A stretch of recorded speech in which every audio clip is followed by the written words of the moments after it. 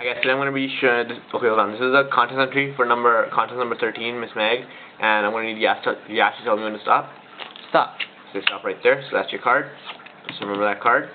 Now I'm going to take this card and place it in the middle of the deck.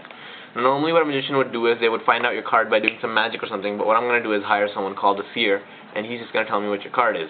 All I have to do is pay him half a cent. Yeah, I know, it's kind of a rip-off. So basically, just take that 1 cent, give it to him, you just take the money.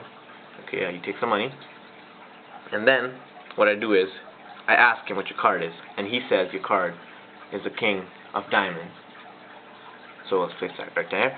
But the problem is, every time I do that, the card dies and gets buried underneath the deck with the money.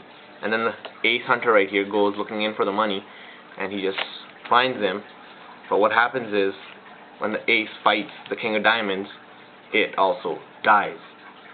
So in the end, what I do is, when the card gets buried inside, I'm God. I just go inside the grave and get my money back.